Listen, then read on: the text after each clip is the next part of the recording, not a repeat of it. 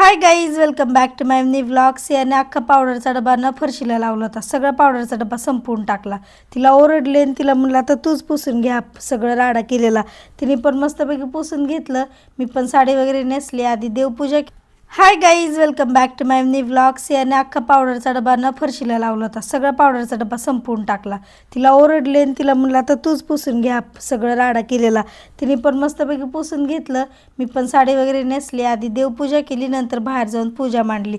आज पौष महिन्यातला पहिला रविवार होता, त्याच्यामुळे उपास वगैरे होता. सगळं पूजा वगैरे करून घेतली. पिल्लू पण आली होती सोबत पूजा करायला. हे झाडं न्यू आणले होते, 2 मस्त गुलाब आले ना, ह्यांना प्रसाद वगैरे दिला आणि पटकन चेंज करून कपडे धुवायला घेतले. कपडे धुवून झाले. ह्या मॅडमचं मध्ये केल्याशिवाय काय होतच नाही. आली मधीच, मग तिला घेतलं, तिच्यासोबत 2 मिनटं बोलले आणि मग लगेच कामाला लागले. ह्यांनी भाजी घेऊन आले होते, भाजी वगैरे सगळी काढून ठेवली, स्वयंपाकाला लागले. असं जेवण